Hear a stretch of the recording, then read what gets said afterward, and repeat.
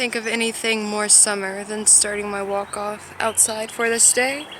So that is what I'm doing. Hopefully you guys can see. And I really like this tree over here. It's got like one of those middle sections. So yeah.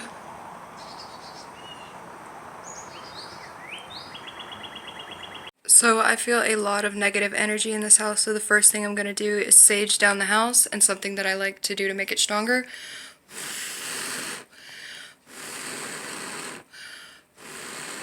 You blow on it and it makes it really, really strong. So I'm going to go do this throughout the entire house just so I have a clean slate for the day. Okay guys, so for the first part of the cooking, I'm going to make this juice.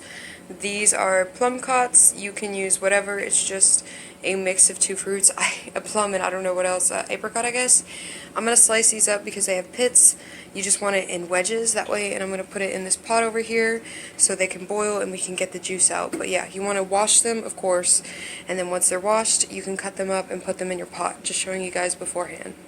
After all the fruit is sliced up, this is what I'm left with. I don't think it's going to make enough juice though, so I'm also going to add a bag of apples that I just have lying in the fridge. And then once I have that all sliced up, I'm probably going to add a cup or two of water and cook that down for a minute.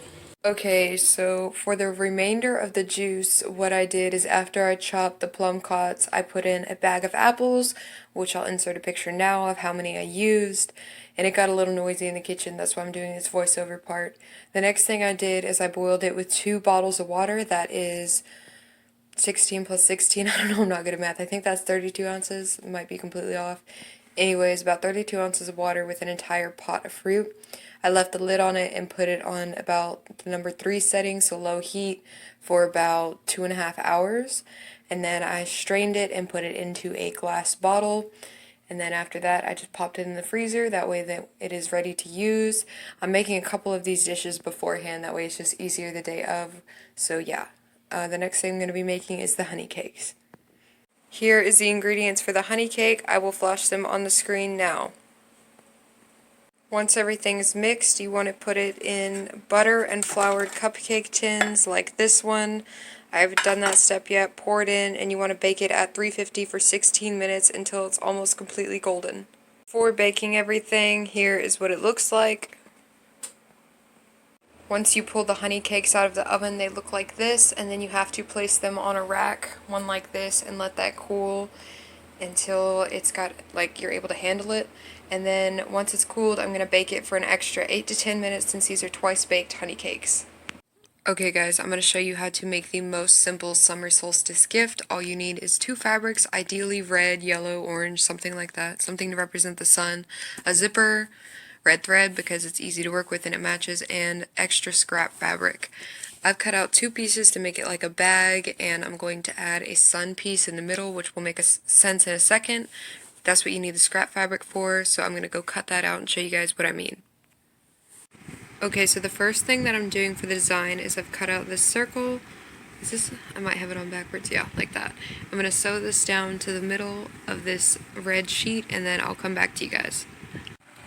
Okay, so to make this a lot easier on myself and for you guys, the best way to do this after you sew it is mark out these shapes in a pen that's similar to the color that you have. You could use a marker too. I just used a pink pen, and as you can see, I've just sketched out these little shapes, and then I'm going to sew this one on top of this yellow fabric here. So once I cut it out, I'm going to sew this in the middle. Have that like that, and then I'm going to do the opposite design, same with the circle in the middle and the edges, but instead for this fabric I'm going to do a red circle in the middle with yellow pointed pieces, so that makes sense, and then I will come back to you guys after that. Once you've sewn on the sun, you put the 2 fabric pieces inside out. I cut them just to be a bit smaller so it would fit nicer. And then once you inside it out, you are left with a really nice seam. Hopefully you guys can see there. And I'll go ahead and inside it out, show you guys what I mean. So once I inside it out, I'm left with this. And as you can see, the seam looks nice. Now all I've got to do is add a zipper. And I have one here.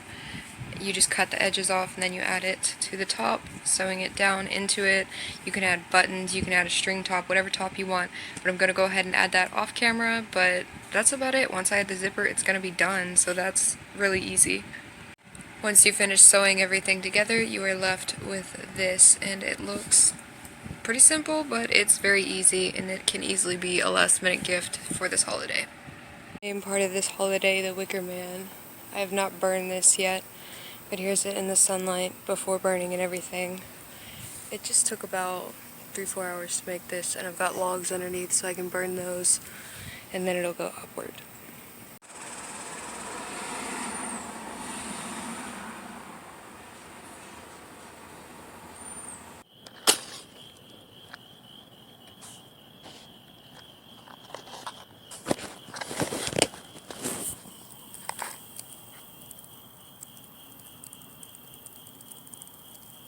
There is just barely burning, and that is about the end of my night.